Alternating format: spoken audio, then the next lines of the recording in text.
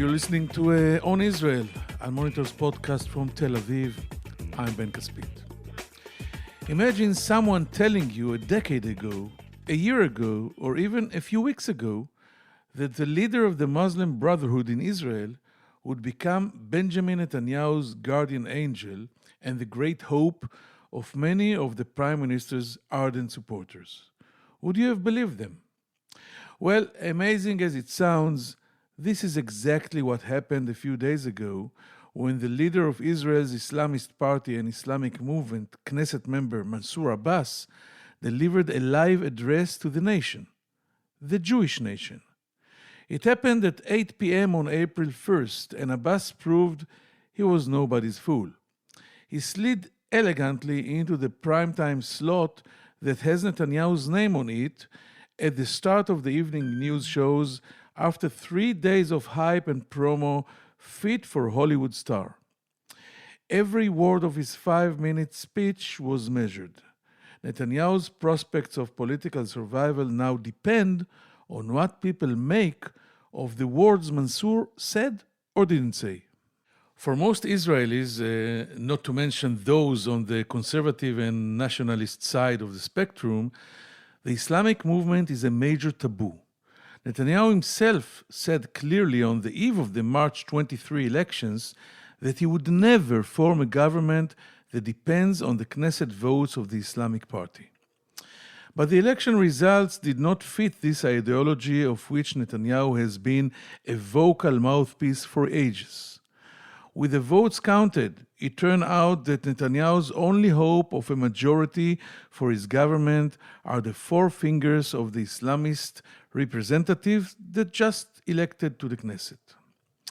This sister party of Egypt's Muslim Brotherhood, of Gaza Hamas, and of Turkey's authoritarian ruling party turned overnight into Netanyahu's lifeline. Minutes after the Abbas speech and its cliches about peaceful coexistence and the brotherhood of people and religions, Bibi's well-oiled propaganda machine spun into action, printing out seals of approval for the Islamic movement. Even if this whole event ends in a disaster, as most analysts believe, there is no denying that Benjamin Netanyahu, the self-appointed guarantor of right-wing ideological purity, has paved the way for government cooperation with Israel's Arab parties for the first time in 72 years. Even he would have a hard time denying it. Today on Israel's guest is Shimrit Meir. Meir is a journalist and commentator. She's a leading Middle East analyst and columnist for the Yediot Ahronot newspaper and longtime journalist with more than 15 years of experience researching and covering the Arab world and the Palestinians in particular. She serves as the CEO of Link, the Center for Strategic Communication in the Middle East, and is the founding editor of Israel's largest Arabic media outlet, Al-Masdar.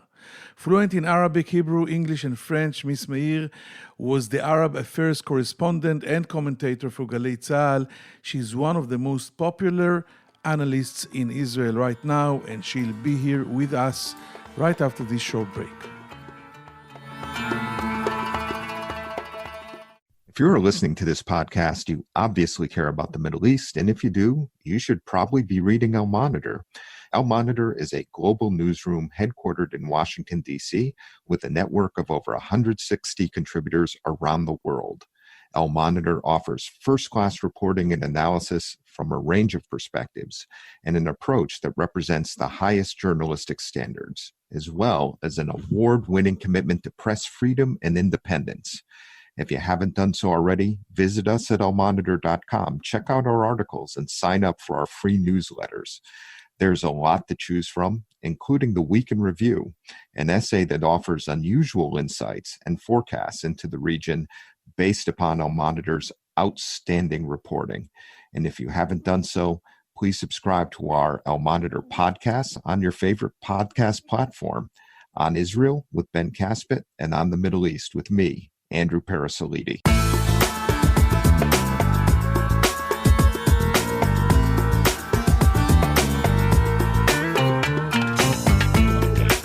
Now let's say hello and shalom to our friend and colleague Shimrit Meir. Shalom, Shimrit. Shalom, Ben. We're supposed to talk, and we will, about the unbelievable events in Israeli inner politics between Jews and Arabs, Muslims and Jews, etc. But I cannot start this podcast without asking you about what was, I think the breaking news was by the Washington Post about the alleged plot against King Abdullah of Jordan, and the reports are talking about around 20 suspects or detainees. Prince Hamza is in house arrest, and now in the last hours in Israel, there were rumors or news about a foreign intelligence service that was in this plot and maybe contacted the prince's wife in order to have a special airplane to escape, etc., etc. First of all, is it a surprise? Because we have a long history with the Jordanian Hashemite kingdom, and many times that the Israeli Mossad alerted the late King Hussein about plots and coups attempts, etc. What do you think?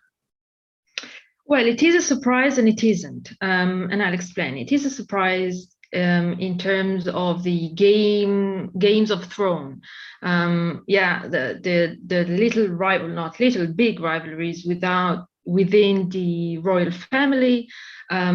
We did not see it coming in a sense of Prince Hamza, even though there was a lot of talk around him and around the fact that he is not content and he's talking about the king and the general incompetence of the government during the COVID crisis, etc. But the conventional wisdom, whether it is in Washington or in Israel, is that the monarchy itself is solid. And in that sense, that was a surprise, and how vocal the king's reaction was, how public, how extreme it was. But it wasn't a surprise to, I think, anyone who watched closely what's going on in Jordan in the last months or so, because this kind of challenge that Prince Hamza presented in his own voice and words, whether it was in English or in Arabic, in his little stories or video that he recorded and gave to his lawyer before his Wi-Fi was cut. This kind of challenge is only possible when you feel that there is a zeitgeist, this is where the people is at. And in the last months, there were several incidents of demonstration in all major cities in Jordan. The general background is, of course, the closures and the mishandling of the pandemic and the economic crisis and unemployment and corruption, etc. But there is a growing sense of unrest.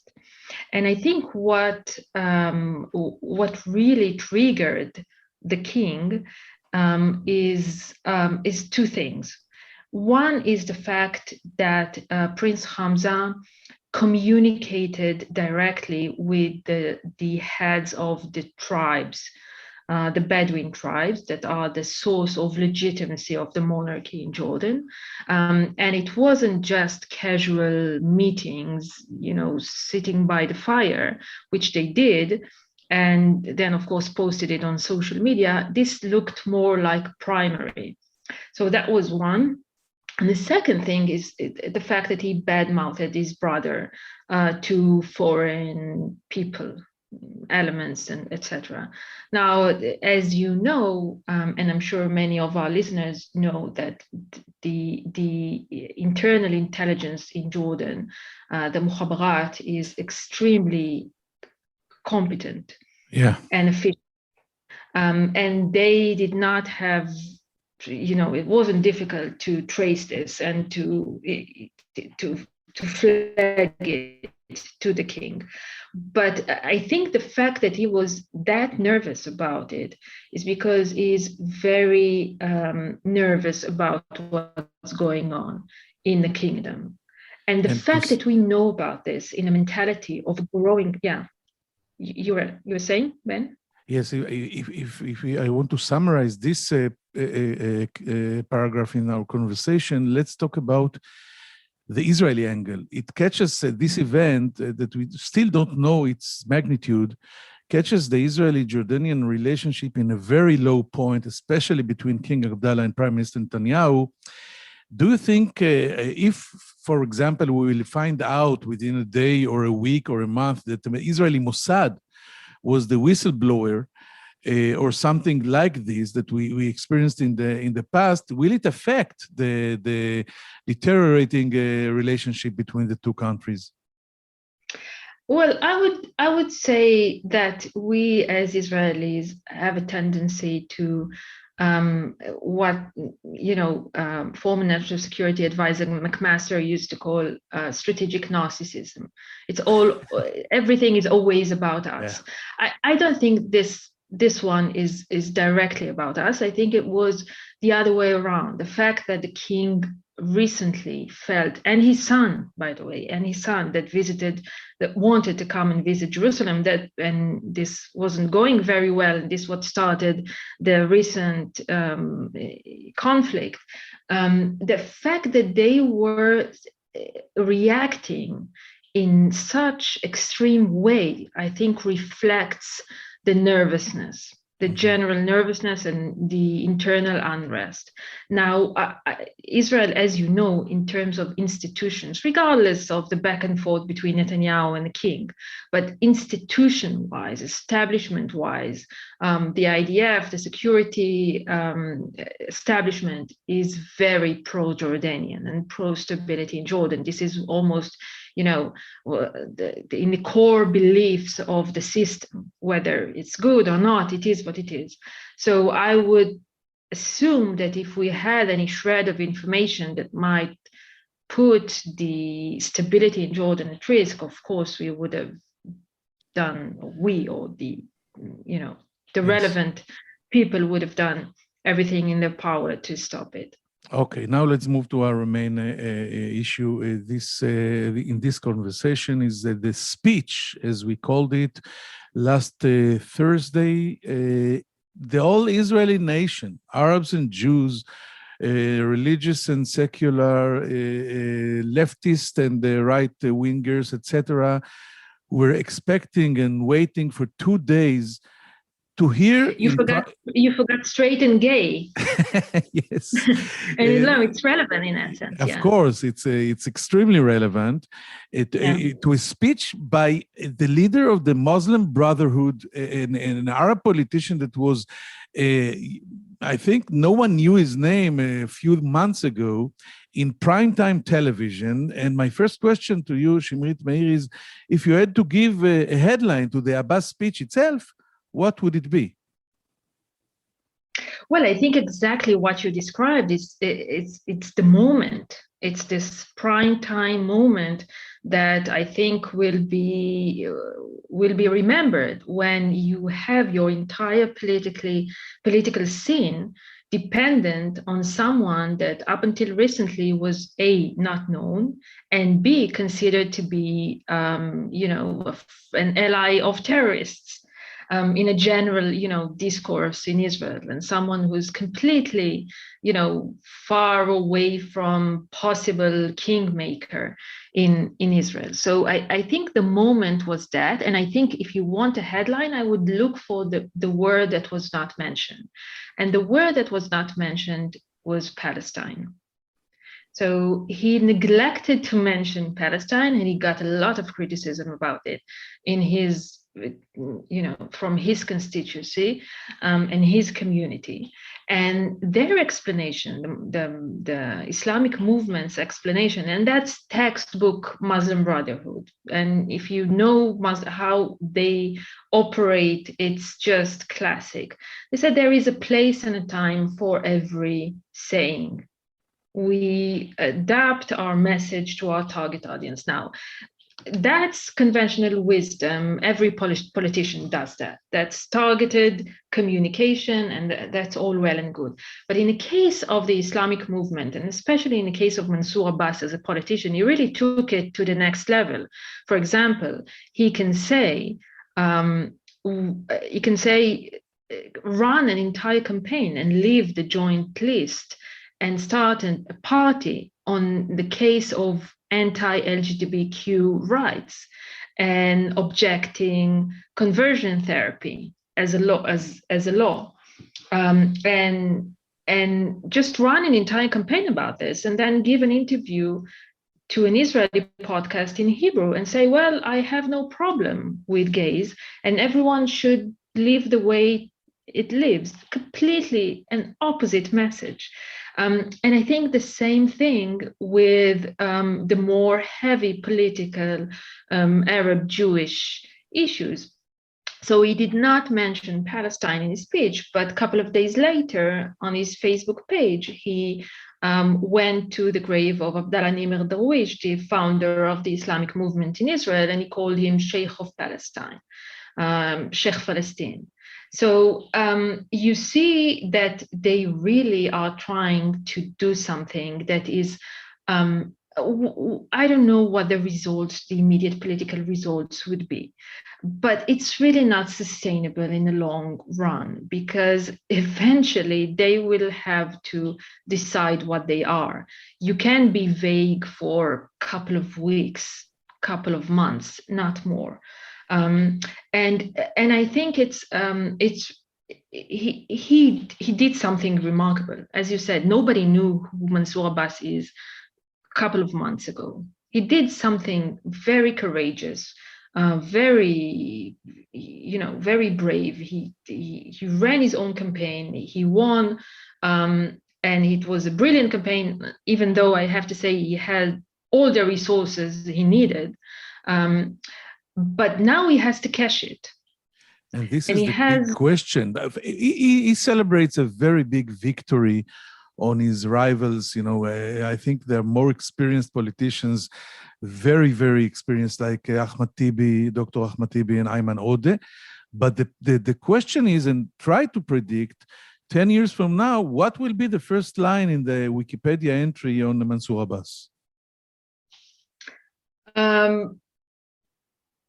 Well, that's a very good question. And do you know what will be the first Wikipedia entry on Netanyahu? No. So it's very touch and go, but I do think that this is money time, because the next couple of days, and the arithmetics and the pace of the internal political back and forth better than me, but this is money time, because he did not, we portray him as the kingmaker, but he clearly prefers one specific king. He doesn't want to go with the center left. He wants to go with Bibi Netanyahu. And he played his hand in a way that will allow him to go to a coalition with the right wing in Israel. And that provokes many questions, even within his supporters, that would have maybe preferred that he will side with the other camp. But he prefers to go with Netanyahu. And Can you explain it? Why Netanyahu is the preferred option by the leader of a party, which is the sister party of Hamas and of the Muslim Brotherhood in Egypt, and of the Recep Tayyip Erdogan's party in Turkey? That's extremely weird to me. And I don't want to get into conspiracy theories. But I do feel that's very peculiar. Up until several years ago, he was busy trying to reconcile Fatah and Hamas. and suddenly he is a key element in Netanyahu's future coalition. So there are a couple of explanations. Some would say he feels more, he and the movement and his supporters feel more at ease with a right-wing conservative government that is religious, that will allow him to maintain the social structure of the Arab society, i.e., no foreign influence such as we mentioned, LGBTQ, etc.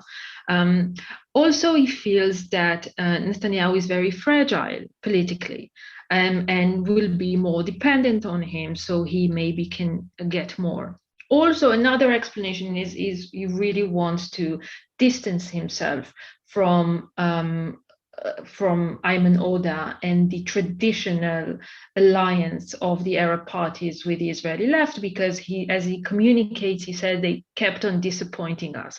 And that's true. This is how many Arabs see it. The last time Ayman Odeh did the same thing, he went with Gantz only to find out that Gantz doesn't want to go with him. But there is another, but yet there still remains a question mark. And I would like to also point that it doesn't get, you would think that people such as Erdogan, such as Hamas in Gaza, that day in, day out criticize Netanyahu and express only hatred and resentment towards him, would criticize their own person, Mansour Abbas, that is choosing to give him, to save his political life. And no, they are not. They are not. The Turks are even voicing some kind of support, and the rest of the players are quiet. They let him, they allow him the opportunity to make this move. So I think that's really interesting, and that's not a good sign for a future government of Israel. Interesting that is would another be, statement, I think, to this situation. Yeah. Even we in Israel, we're used to, to chaotic reality, political reality. This is huge news. And I want to ask you, whatever we think or say, and we will go on talking about what Mansour Abbas did, we cannot deny that he smelled or felt the right momentum or trend within Israeli Arabs that I think they're a little tired of talking about and spending 72 years about occupation and Palestinians. They want to take part in the Israeli political game. They want to influence. And he did it. He felt it. And how can you explain to me that the conservative Muslim ideologist and not other Arab political leaders like Ayman Odeh or Ahmad Tibi was the first to identify this willingness of Israeli Arabs to set aside the flags and symbols of Palestinian nationalism in order to achieve their dream of integrating into Israeli society? Well, first of all, he ran a brilliant campaign, and the other parties didn't. They ran a very old campaign. It did not hurt that he had a lot of money, because the Islamic movement is, generally speaking, a wealthy movement.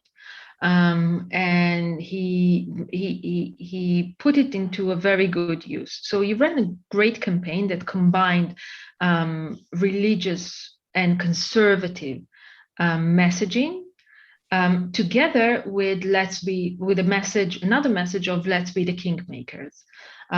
Let's try and cash our electoral influence.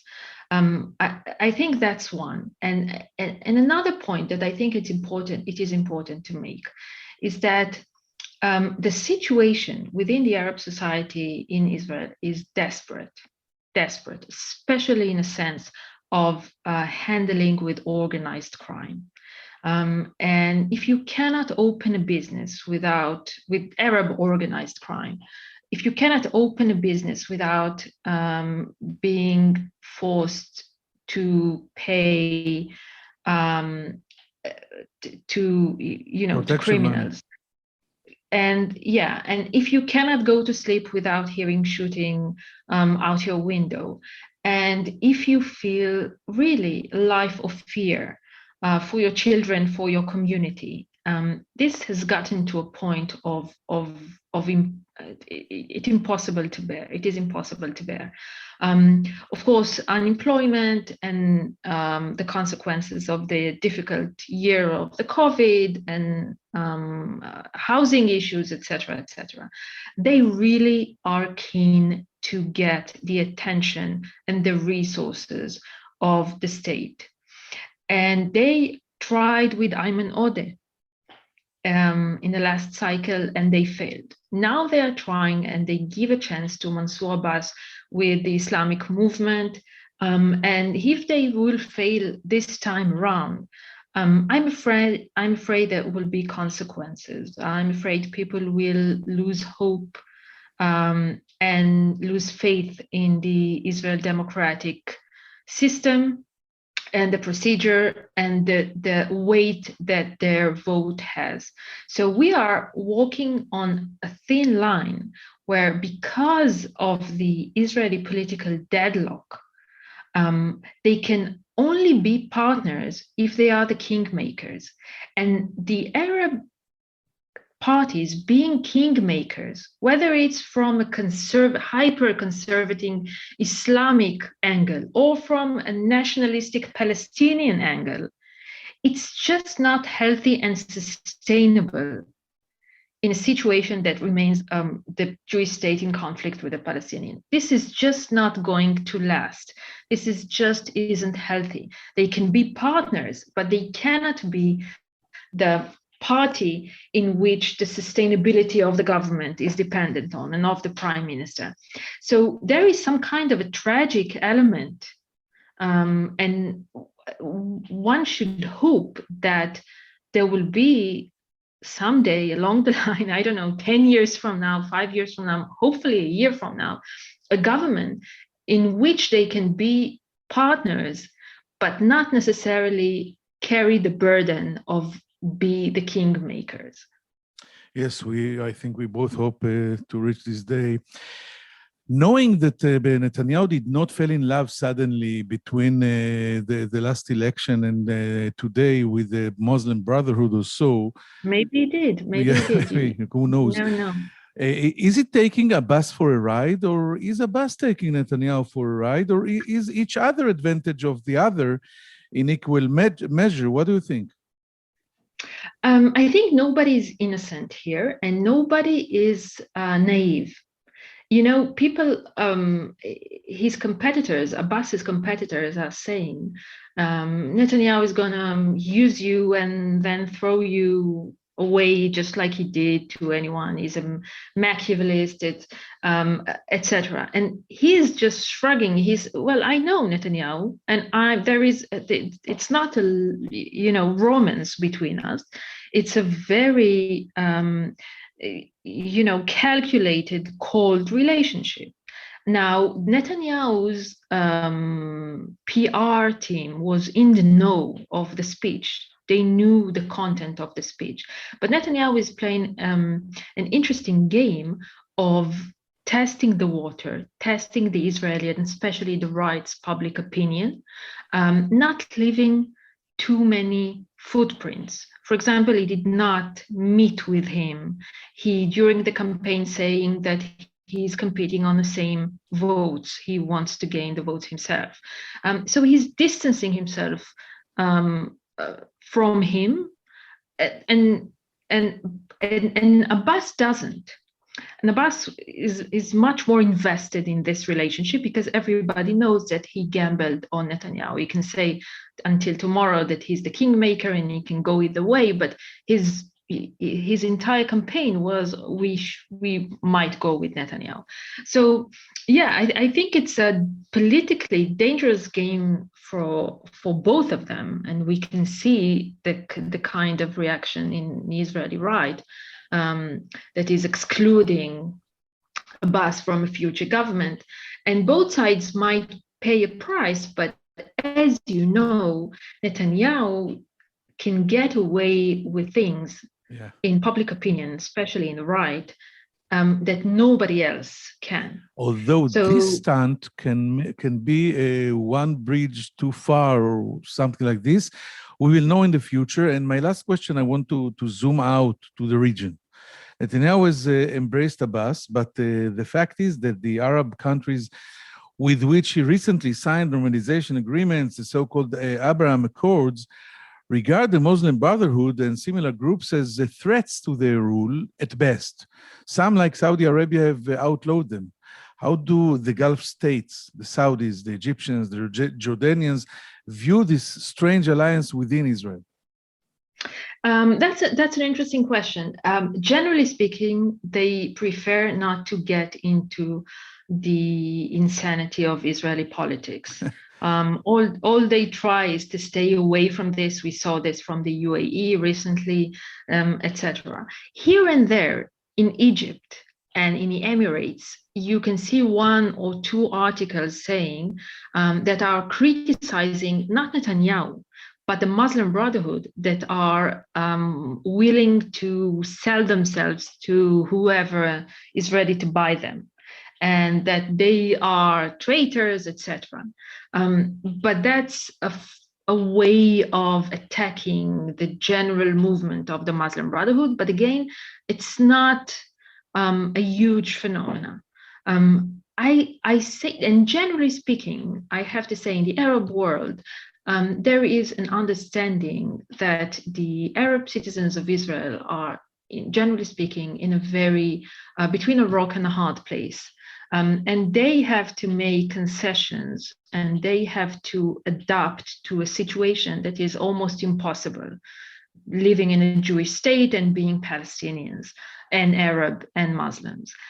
So they don't get much criticism, even if there is a lot to criticize.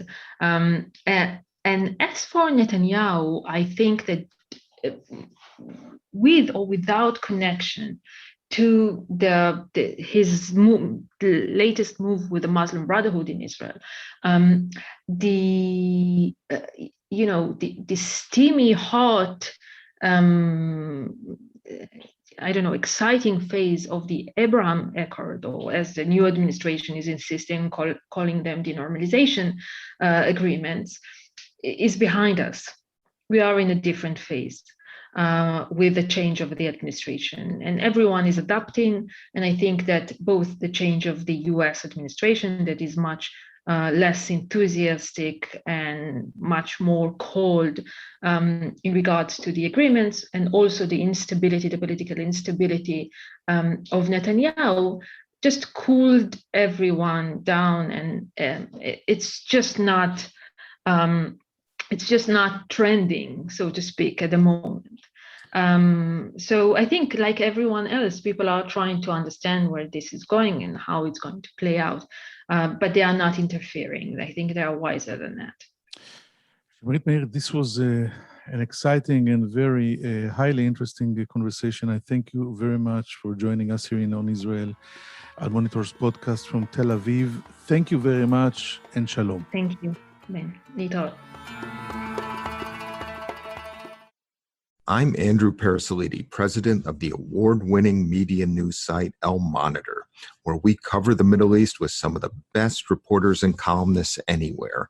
And I'm excited to announce our new podcast on the Middle East, where each week I will interview newsmakers from the U.S. and the region about the latest news and trends, with additional commentary from our on-the-ground correspondents. Those of you who follow the region know that what happens in the Middle East doesn't stay in the Middle East. And to cite another great movie line, every time the U.S. tries to get out, the region pulls us back. Your time is valuable, so let me promise you this. You will learn something and you will never be bored, because each week we'll be talking with and listening to those leaders who are making the news and shaping the trends in this critical and fascinating region. So please subscribe to On the Middle East with me, Andrew Parasolidi.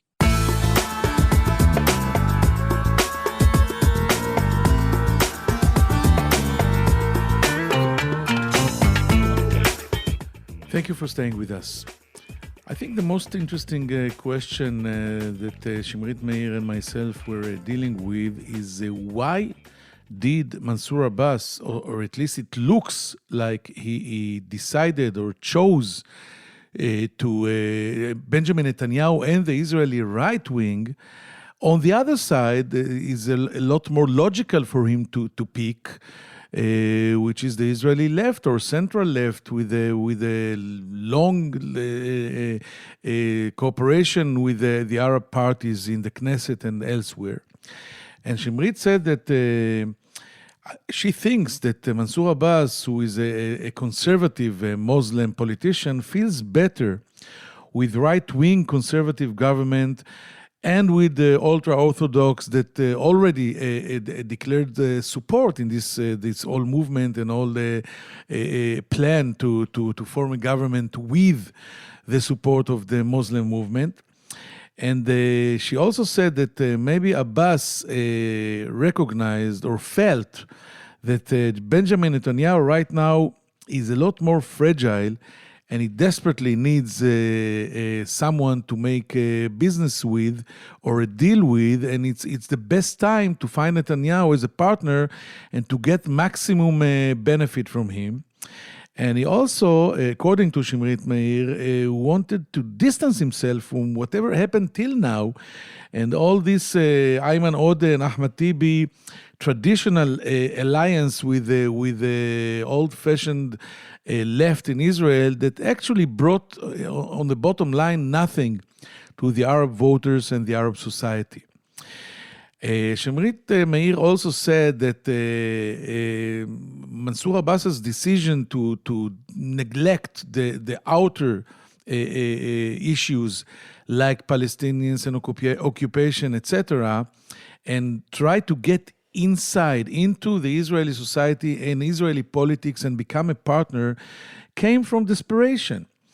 By the way, she said he held a great and brilliant campaign with a lot of resources, unlike the other side, the Joint Arab Movement that held an old-fashioned campaign. And he saw and he read the map that the situation within the Israeli Arab society is desperate.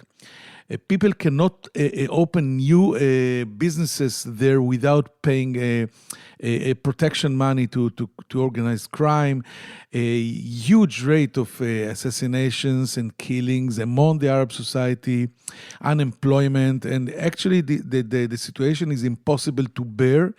And he decided to make an historic decision and then go for it. And by the way, she was not totally optimistic, because first she knows, like we all know, that on the side of Netanyahu it is not real.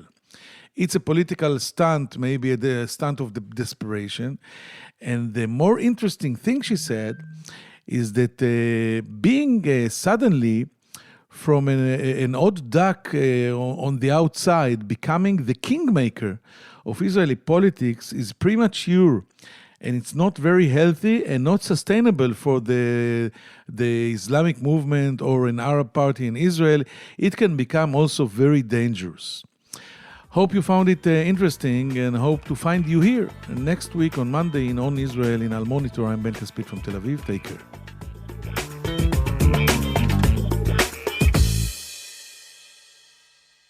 Say goodbye to your credit card rewards. Greedy corporate mega stores, led by Walmart and Target, are pushing for a law in Congress to take away your hard-earned cash back and travel points to line their pockets. The Durbin-Marshall credit card bill would enact harmful credit card routing mandates that would end credit card rewards as we know it. If you love your credit card rewards, tell your lawmakers, hands off my rewards. Tell them to oppose the Durbin-Marshall credit card bill.